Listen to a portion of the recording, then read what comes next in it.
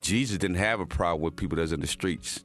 He had a problem with religious people. How can I help anybody when when I was not even able to help my own son? I would never do that. I would never do that. And I became that in a matter of minutes when they took my pain pills away. And I said, I'm not where I want to be, but thank God I'm not what I used to be.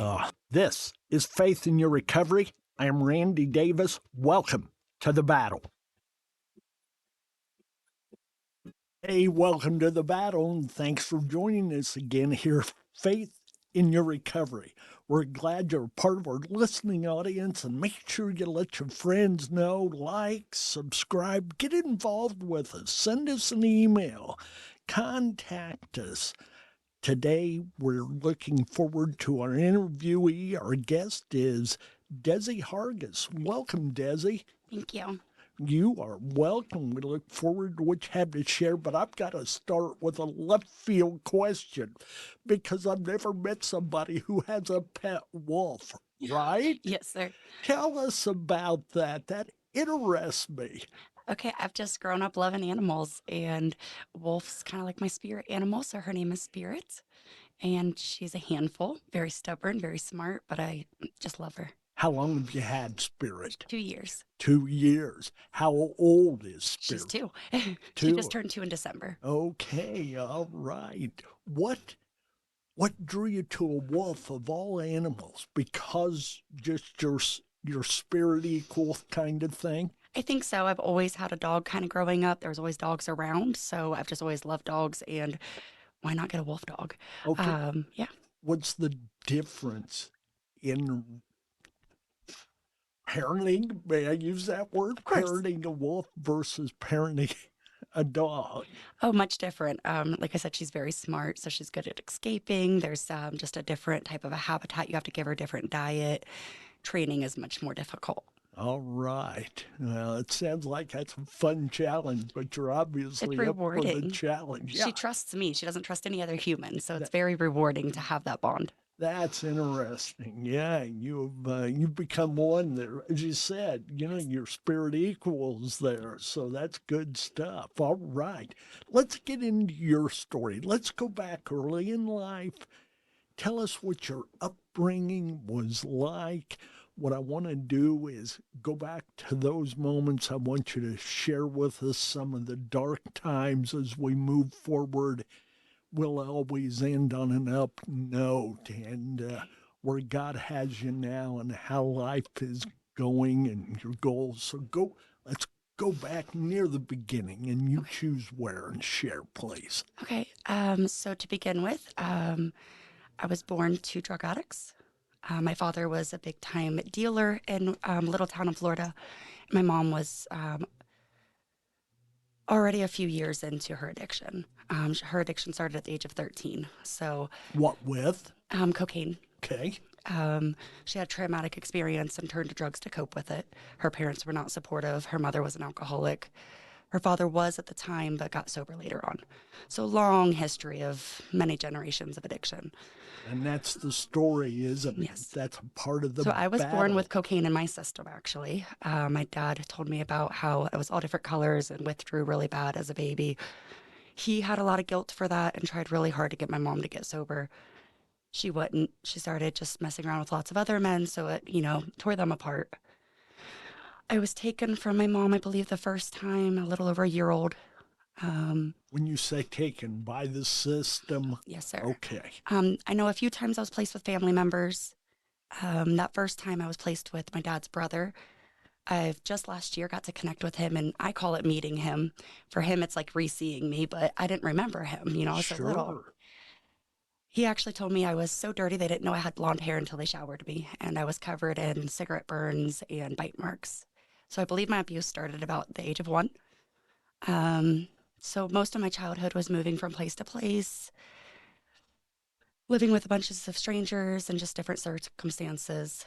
I find that to be kind of a blessing in the sense that I have a wide variety of knowledge that some people don't have, a wide variety of experiences that you don't get when you were raised in one family. Yes. By being with so many different people, I got to Sure. see a whole lot of different things. A lot of different influences, good, bad, or ugly. You Exactly. certainly sampled much of life. Yes. So I've known Jesus and been very close to him since I was a very young child. I went through lots of traumatic experiences, and some I tell you, Jesus was right there with me. Um, Give us a ballpark. You say since being a young child. What are you talking? What age area? 5, 6? by the age of 3, I was giving out tracts and letting people know that Jesus loved them. So I would say very, very early. I had you much older, Yes. obviously. So that's good. That's good. What what was the draw to you to become involved with Jesus? Obviously, his goals, his desires to involve us. Why did it work for you? I think because I had nobody else. I had nowhere else to turn to, nobody else to hold to. I was moved so much that I was never close with anybody. So I had Jesus. He was there with me everywhere I went. I believe my uncle was the first to probably tell me about him when I lived with him That's around the age of 2. to hear. Yes, Yes. he is a believer, and since we've gotten in touch, we pray together all the time. So I believe that he's one probably that influenced that beginning. Yeah. Yeah. Okay, let's move beyond those early years. Let's go to junior high age, that kind of thing. So I was not much of a normal teenager. I was in a girls' home and still just kind of in the system. So I didn't get to have much of a normal teenage upbringing. Besides the rebellious, I was very rebellious. I was very spiteful and just hateful at life. Why couldn't my parents love me? Why didn't my parents take care of A me? lot of anger. So I took that out on everybody around me. Sure. That's understandable. You didn't know much else at that time, it doesn't sound like. Uh, what any sense of normalcy was. You knew what your normal had been, but not what society's normals considered. Yes, sir. So at the age of 11, I was adopted by a family. And I rejected them because they had their own biological children. And I was so jealous of their children that I could not accept being part of their family. So they, as soon as I turned 13, put me in a girls' home to try to keep me safe. I have a lot of love and respect for them because I know they tried to do what was best for me. They just didn't know the things I'd been through and the help that I really needed. Sure. Have you been in contact with them of late? Is there still any kind of relationship? I tried, but for them to, once they terminated their rights when I was 15, they had to mourn me as if I had like passed away because it was so painful for them to lose me as a child. So in their mourning process, they just kind of treated it as if I'd passed away. I So once I understand. tried to, repair that relationship and build one with them, they told me that they just couldn't. I think the prodigal son in scripture and how the father had said, "You're dead to me." He had to as a part of his grieving. And I understand the historical aspect, but I get that. Sometimes the only way we can take care of ourselves is to at least cut strings with certain other people. Again, good, bad, or ugly. I'm very much into that Clint Eastwood theology terms, all right? Okay, tell us as life went on from there. How were you doing in school? Oh, I was a straight A student. People were really jealous because it always just clicked. I skipped most of high school and still made straight A's. School just was really easy for me. The educational part of it, I just didn't want to be there. I didn't want to do it. I wanted to do other things. It wasn't cool. Pretty much. Yeah. And then I was judged for it being straight A student. Yeah. I wasn't cool for that. Well, of course not. There had to be jealousy on other students' parts. You're able to do it without showing any work or effort, and they're struggling to get a B, Yes. and there you are with an A. So I'm sure you weren't the most popular in that respect. Yes. Was all this time we're talking about here, was that in Florida? Yes, sir. Okay. How old were you when you moved from Florida? That may be jumping ahead, but I was almost 20 when I moved up here I moved to Indianapolis first and lived Okay. there for a few years. I've been here in Anderson for almost 6 years now. okay. So what were your high school years like? Very much like your junior high years? Yeah, I made straight A's very easily. I started just skipping school all the time. Um, Teachers never gave me trouble because I was still there for test days and I still turned in my homework through other students. Enough to get by. Yes. Yeah, yeah. When did your personal addiction issues begin? So, I've just spent a lot of time reflecting on that.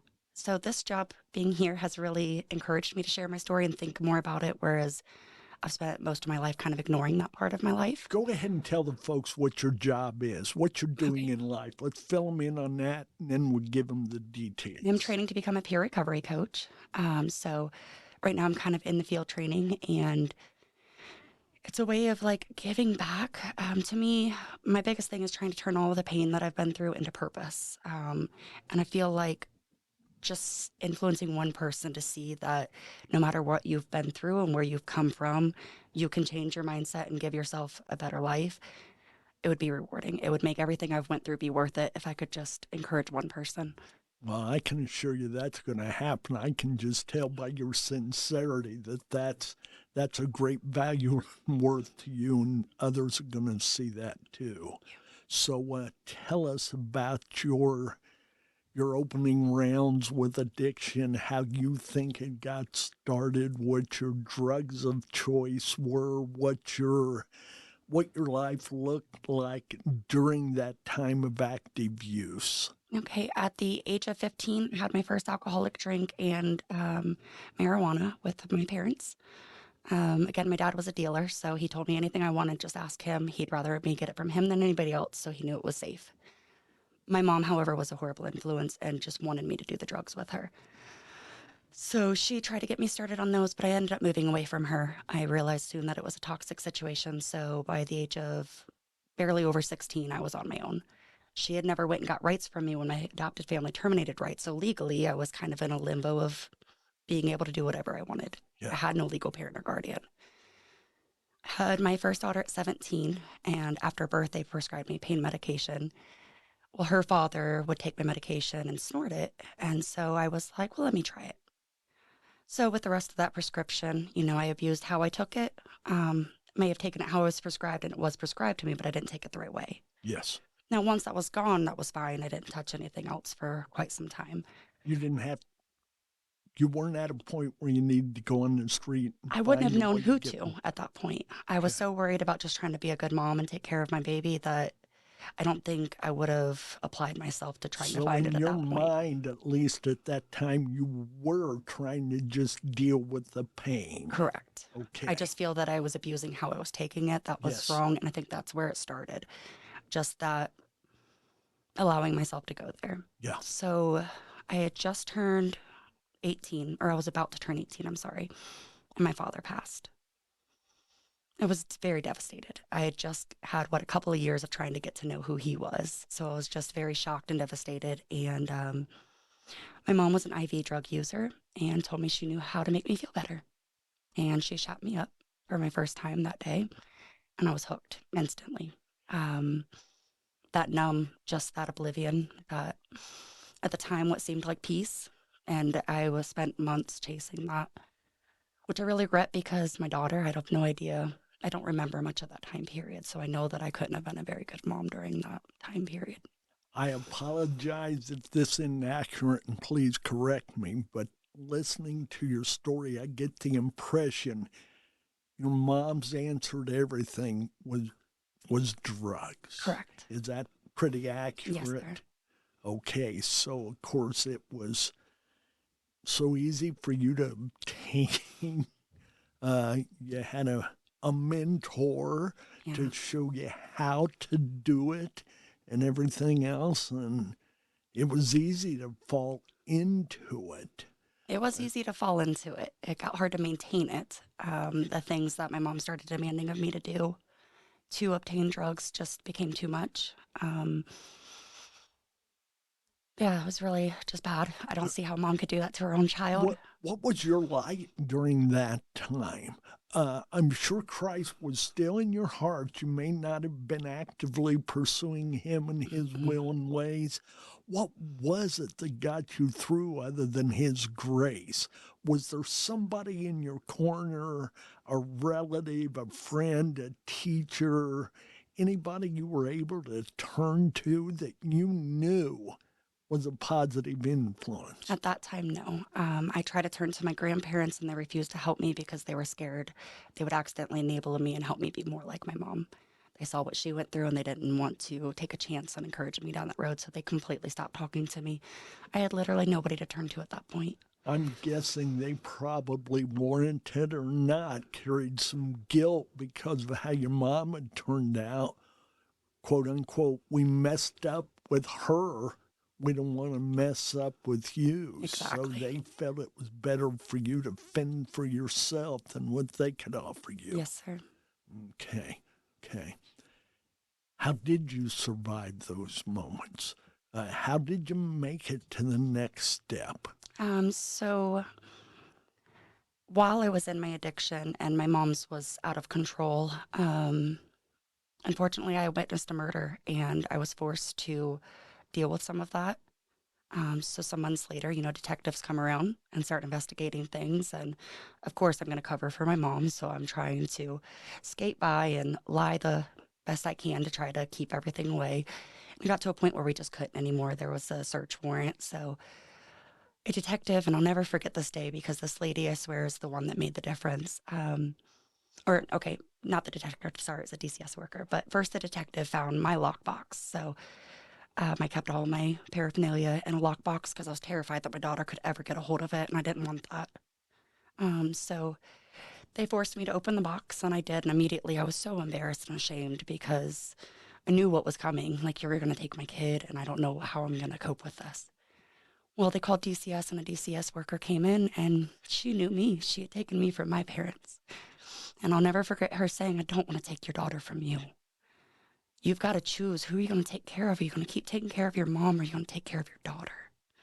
And that was the wake-up call for me that, wow, I'm sitting here trying to earn my mom's affection while neglecting my child. And that was the turning point for me. I told them, I need help. Like, please don't take her. If you take her, I have no reason to keep going. Please just let me prove to you that she's worth more than this. She was your only child at that time? At the time, she was my only child. Okay. And she was how old? She was 2. She was 2. And so what the DCS lady's telling you, you've got to make a choice. Is it going to be mom or is it going to be your daughter? Exactly. Not an easy choice.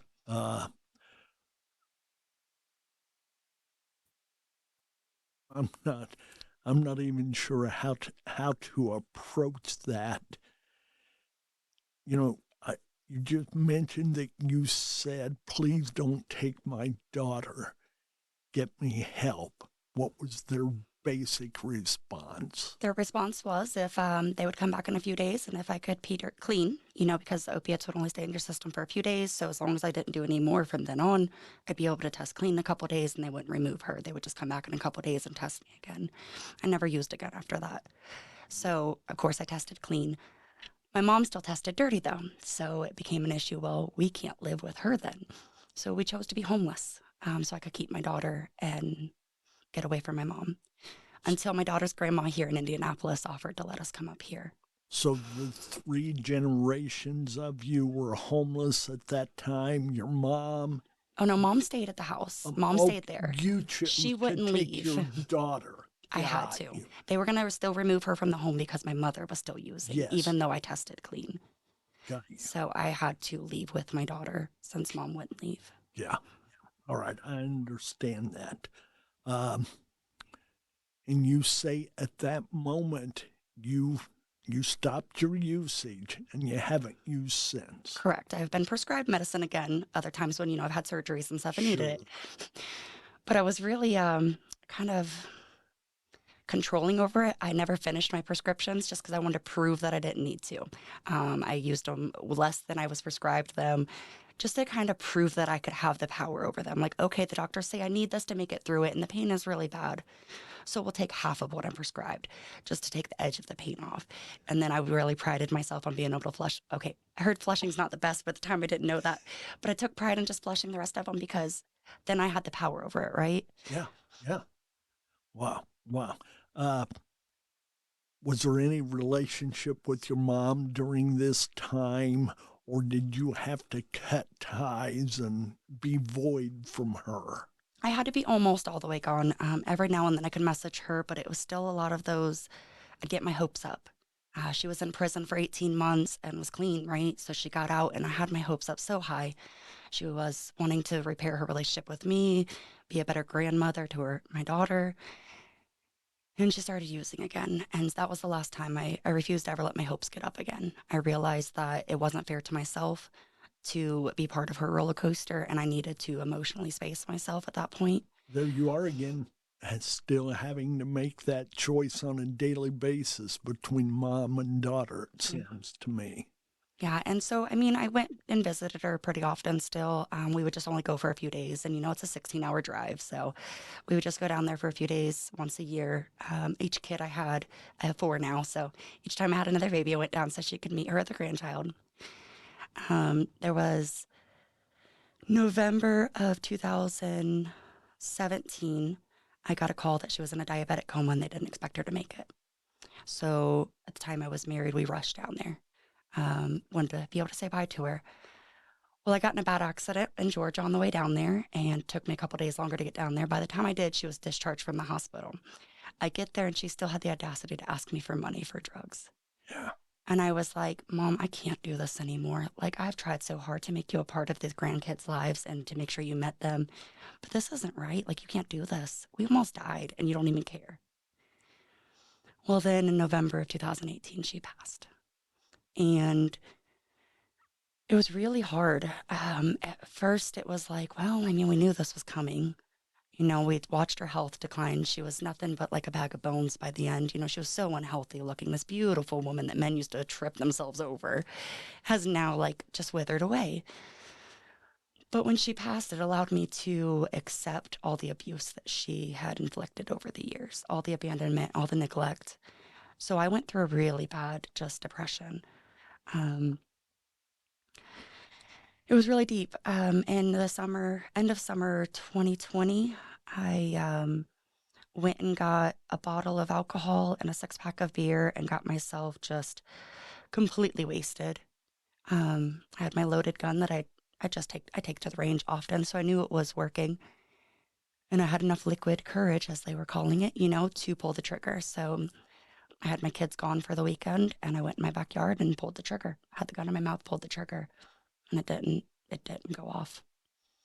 And I remember just looking up at the sky and screaming at God, like, why? Why are you making me stay here? That was my question. Did that anger you or cause... Oh, I was mad. Why are you forcing me to stay here? Like, even my children would be better off without me. They could go to a family that has a mom and a dad, and a healthier mom at that. I had reasoned all the stuff why it would be so much better if I was just gone. And so I was very angry at God at first, like, why are you forcing me to stay here? And it isn't until last year that I finally am able to say that I want to live. There's things I look forward to seeing now. What was the moment? What was the lights on or the spirit in, whatever you want to label it? It's taken a couple years of just shifting my mindset of, instead of why me, well, why not me? Exactly. Just really seeing that, again, you can go through and come from anywhere and still build your life. I was raised to be a thief and a liar and a cheater and a horrible person, but I chose that's not who I'm going to be. That's an incredible statement right there. It would have been easier to remain where you were than to fight your way out of it. And just the attempted suicide and that quote unquote not working. Indeed, it worked as far as God's plan goes. I don't want to confuse anyone, but in your mind, you had failed again. So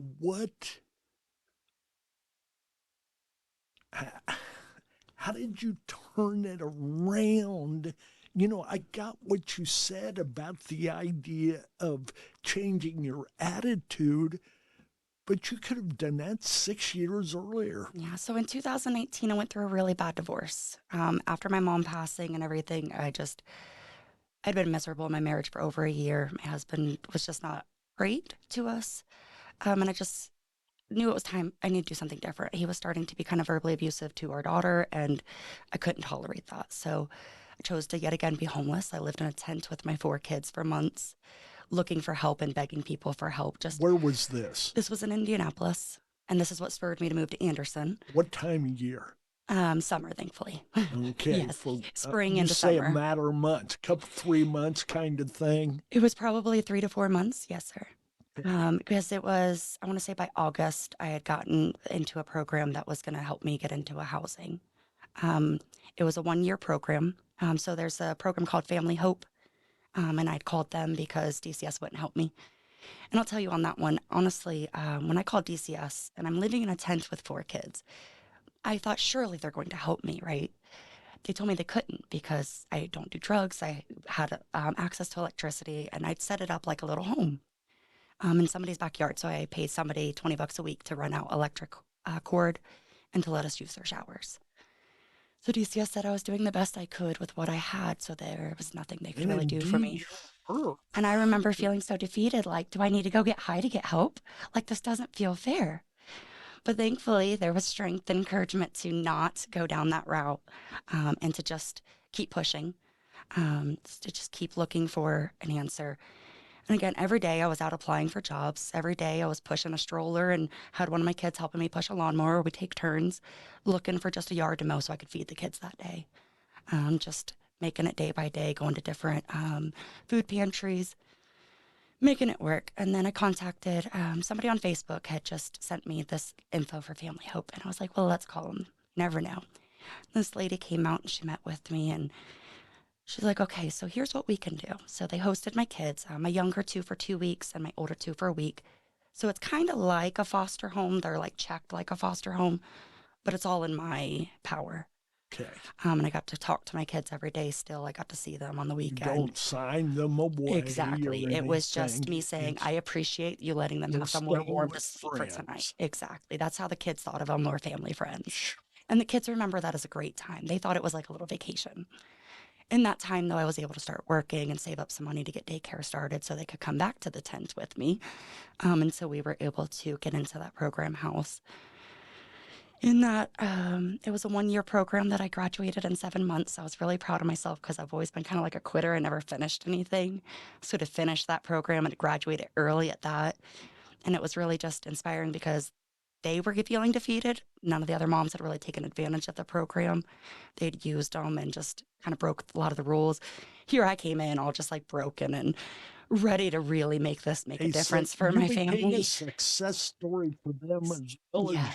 yourself. So it really encouraged them to keep the program going, which felt good to be able to like encourage I them. want to back up to the very beginning of what you shared with us.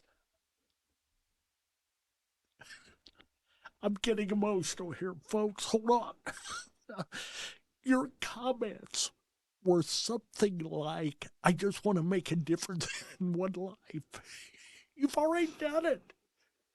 You know, being that success story that allowed them to move forward, it encouraged them to reach out to somebody else. You've made the difference you wanted to make. I'm sure you'll continue to. You're not going to be satisfied with that, I hope. Okay? But don't sell yourself short, please. What you've done with your life and your children, they have potential now instead of problems. You know, we all have problems, but some of them we cast on ourselves. At least you're not casting on that generation what was cast on yours. They've got a fighting chance. You said you had 4 now, right? Yes. There's 4 kids whose lives you've influenced in a positive way from where you were, from the darkness to the light that you've shown them. What would you say? Let's say there's another Dezi out there, somebody who's going through trauma as you did, whatever that defines as or whatever it may have been. What would be the advice you'd give to not your spirit wolf, but your spirit neighbor? I'd say the biggest thing is love covers all. Once you love yourself, you build yourself, and then you can pour that love out to others. And ultimately, it was Jesus' love that saved me. So love covers all. Love conquers all. Amen to that. Yeah. I I think back to that moment with the gun. I think you said to your head, or was it in the mouth? I had it in my mouth. Okay. And it didn't fire. All right. And like I said, I just had it to the range a week ago, so that made no sense. I know it was God. I know God said, Desi, you're not allowed to leave yet. Yeah. Yeah. He wasn't done using me. And since then, I just keep saying, Lord, here I am. You can have me. I think that was one of my biggest moments of surrender, too, though. I don't want to live anymore. So if you're going to make me stay here, then just have me. And I didn't expect that to be so powerful. I'm all in one way or the other. Yeah. Either for you or against you, but either way, I'm all in. Yeah. Yes, sir. Yeah. So I've spent the last few years out of Family Hope. There was a mom support group, sorry to back up a little bit, No, that's called fine. Sweetwater. So for the last 5 years, I've been part of that group. And I'd say that's who's walked beside me now. That's my biggest support group there. I've got the main lady is kind of like a mentor, but she can't pick me because, she runs the thing, so Sure. she can't have me. So she did assign me my own mentor, but I reach out to both of them like they were my sisters or my mom. Actually, my mentors told me I'm like a daughter to her. It's a very good support group. Has taught me so many parenting tools, like filled my toolbox up with tools. So it gave me lots to use and helped me just learn what a parent is. I knew what a parent wasn't. I knew what not to do, but I didn't know what to do. And so you can Google, research some things, you can hear things at some meetings, but unless it's founded on the Bible, I don't feel like you're getting the good, solid advice you need. And so Sweetwater's all founded on scripture. So I was able to get really a good, godly perspective on what I'm supposed to be doing with my True kids. faith-based. We call Yes. ourselves A Better Life, Brianna's Hope. We call ourselves participant-driven, faith-based, compassion-filled. That's our parent group for our podcast, Faith in Your Recovery. And there's nothing like it. We're not better than anybody else, but we are different, and that's because of Christ. Amen. And, just as it says He's uniquely created us in our mother's womb, I think He has our program, and I think this moment was ordained for you and I to be together today. And I know your stories touched me and many others as well. Thank you. I just hope it gives people a glimpse, no matter how dark it feels right now, no matter how hopeless you can feel in those moments. There's somebody out there that will love you and encourage you, won't judge you, and will hold your hand as you make the right choices for yourself. Somebody cares. Yes. Somebody cares. And it's easier to find them when we care about others. When it starts with us, it just draws like-mindedness, like spirit together with all of that. Dezi, our podcast is Faith in Your Recovery.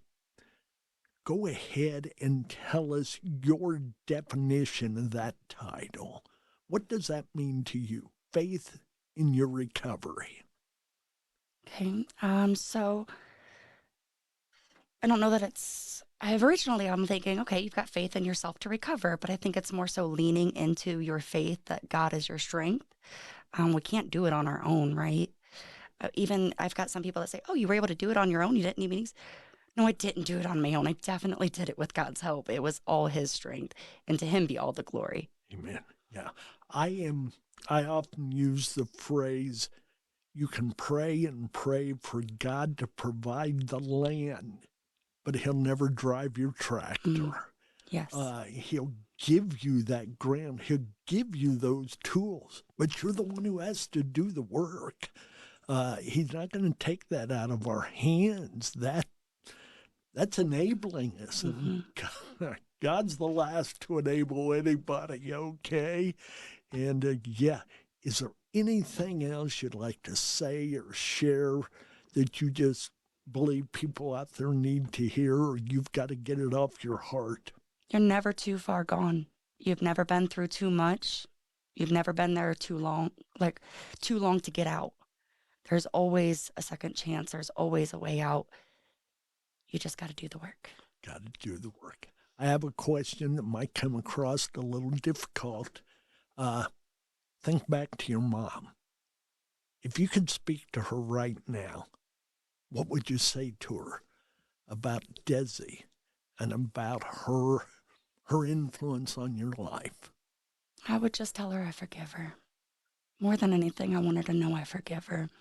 I've spent a lot of time angry at her, a lot of time idolizing her. But as in my healing, I realized she was a really hurt, broken person that just needed that light. She didn't know how to help, truly, did she? I don't think so. Yeah, yeah.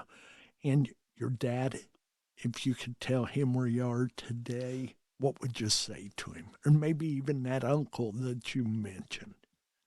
So I think for my dad, my little brother just had a baby. So I think that would have been awesome. Like, I'd love to just tell dad, like, you got another grandkid.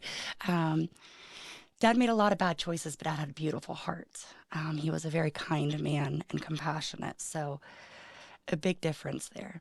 But And I did want to share too that I'm very blessed and thankful that I've been able to, my siblings and I didn't grow up together. I have a sister on my mom's side and a brother on my dad's side. As adults, I've been able to connect with them, and awesome. both of them were going down bad paths of addiction for a while. And I'm really blessed to hopeful that I had a good influence on them. And they're both living much healthier lives now with each a son of their own and just living healthier. And I love that for them. Awesome. Awesome. Dezi, thank you. This is powerful. It's been enjoyable to me. Number one, to meet you. Number two, to see your countenance. And folks, it can be done. Healing can happen.